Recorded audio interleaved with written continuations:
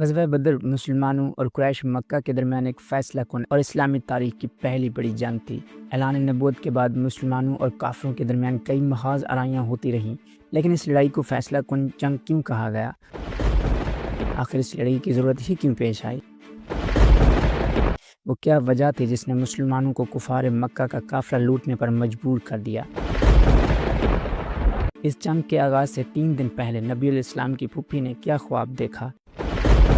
313 की मुट्ठी भर तादाद ने 1000 के लश्कर को कैसे शिकस्त दे दी?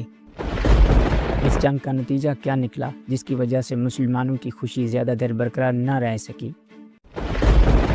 वो कौन सा गम था जिसने रसूलुल्लाह सल्लल्लाहु अलैहि वसल्लम को इस जंग से वापसी पर निढाल कर दिया? अबू सुफियान शाम से एक काफ़िला